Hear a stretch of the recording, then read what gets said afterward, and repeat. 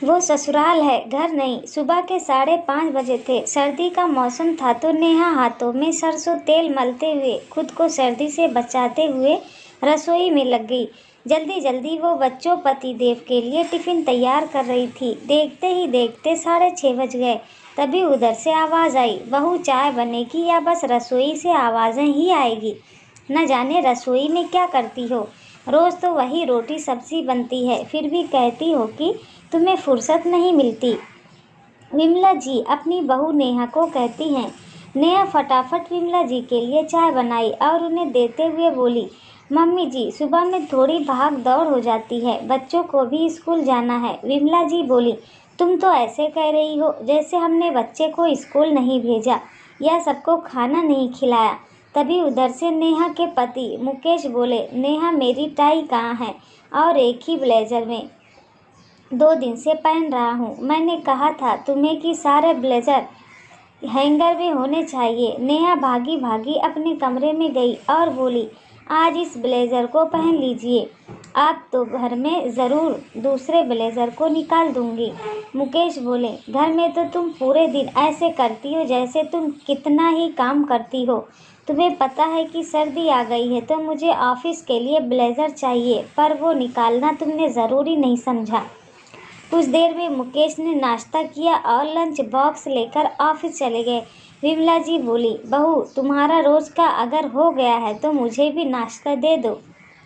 लोग पहले बूढ़े बुजुर्ग को खिलाते हैं, मैंने भी कुछ ऐसे ही उम्मीद लगाई थी, पर यहाँ तो मुझे कोई पूछने वाला ही नहीं है। नेहा बोली, मम्मी जी मुझे लगता है दुनिया की सभी बहू उस दिन का इंतज़ार करती होगी जब सास की सभी उम्मीदें पूरी हो, जो कि कभी होती ही नहीं है। विमला जी बोली, बहू तुम्हें तो कुछ भी कहो तुम बुरा मान जाती हो। क्या मायके में भी छोटी छोटी बातों का बुरा मानती थी? आखिर ये घर भी तो तुम्हारा ही है। नेहा उनको नाश्ता देते हुए बोली, मम्मी जी अगर ये घर मेरा है तो मेरे बारे में कोई क्यों नहीं सोचता? ये तो वही बात हो गई कि जिस घर में किसी को आपका ख्याल नहीं वो ससुराल है, घर नहीं। नेहा भरी हुई आंखों से उदास वहाँ से चली गई। सारा काम निपटाकर नेहा सबसे पहले दीवान से ब्लेजर निकाली और उसे ड्राई क्लीन के लिए दी और मुकेश को फ़ोन करके बोली कि वापस आते वक्त वो ब्लेजर लेते हैं। देखते ही देखते दोपहर के खाने और बच्चों को लाने का भी समय हो गया। नेहा फटाफट खाना बनाई और बच्चों को बस स्टॉप में लाने गई। लगभग हर रोज़ नेहा का दिनचर्या ऐसा ही बीतता था, जब एक पल भी उसे आराम नहीं मिलता, क्योंकि घर के काम में कोई मदद नहीं करता। फिर भी हर किसी को उसे कोई ना कोई शिकायत ही रहती थी और हर रोज़ नेहा यही सोचती थी कि काश कि कोई दिन आए जब परिवार वालों की उम्मीदें पूरी हो। एक शाम मुकेश जब दफ्तर से लौटा तो बोला, माँ बाहर बहुत सर्दी है, आप तो बाहर बिल्कुल मत निकलना। विमला जी नेहा से बोली, बहू सर्दी शुरू हो गई है। मुकेश इतना काम करता है तो रात में च्यवनप्राश के साथ गरम हल्दी वाला दूध दिया करो। बेचारा इतनी मेहनत करता है, थोड़ा ख्याल रखा करो। ये कहाँ तक सही है कि वो सबके लिए करे और उसके लिए कोई न सोचे।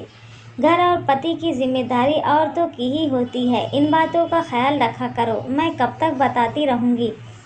तभी उधर से नेहा की 12 साल की बेटी प्रिया आई। नेहा ने उसे दूध का गिलास दिया तो प्रिया बोली, मम्मी आपका हाथ कितना ठंडा है, क्या आपको सर्दी नहीं लगती? मुकेश और विमला जी हीटर के आगे आराम से बैठकर खाने के मज़े ले रहे थे तो विमला जी बोली, प्रिया तुम्हारी माँ तो चूल्हे के सामने हाथ सेकती रहती है, उसे क्या सर्दी लगेगी? प्रिया मुकेश को बोली, पापा मम्मी हम सबका कितना ख्याल रखती हैं, वो हमें गर्म दूध और च्यवनप्राश देती हैं, उन्हें भी तो सर्दी लगती है, पर मम्मी को तो कोई भी दूध च्यवनप्राश नहीं देता। विमला जी बोली, प्रिया बेटा ये तुम्हारी मम्मी का ही घर है, वो खुद ही ले लेगी, तुम जाकर सो जाओ। प्रिया ने बड़े प्यार से अपने पिता से सवाल किया, पापा जब ये सबका घर है तो सब अपना काम क्यों नहीं करते? सबके काम मम्मी ही क्यों करती है और करने के बाद भी मम्मी ही सबकी डांट क्यों सुनती है? क्या ये मम्मी का घर नहीं है? मुकेश ने बड़ी हैरानी से बच्चे की तरफ देखा और उसे बड़े प्यार से समझाते हुए कमरे में भेज दिया। प्रिया की बातों से नेहा की आंखें डबडबा गई। विमला जी बोली, बहू ज़रूर तुमने ही बच्ची को कुछ कहा होगा, तभी तो उसने अपने पिता से ऐसे सवाल किए। नेहा बोली, मम्मी जी, बच्चों को कुछ कहने की ज़रूरत नहीं पड़ती, वो देख कर ही महसूस कर लेते हैं। मैं तो उस दिन का इंतज़ार कर रही हूँ जब इस घर के लोगों की मुझसे की हुई उम्मीदें पूरी होंगी। मुकेश बोला, नेहा, क्या तुम्हारी जिम्मेदारियाँ बढ़ गई हैं? अगर दिक्कत हो रही है तो एक काम वाली रख लो। घर तुम्हारा है तो ख्याल भी तो तुम्हें ही रखना होगा। नेहा मुस्कुरा कर बोली, सही कहा आपने, सबका ख्याल रखना मेरी जिम्मेदारी है, पर जिस घर में आपका किसी को ख्याल नहीं, वो ससुराल है, घर नहीं। नेहा अपने आंचल से आंसुओं को पोंछते हुए वहाँ से चली गई।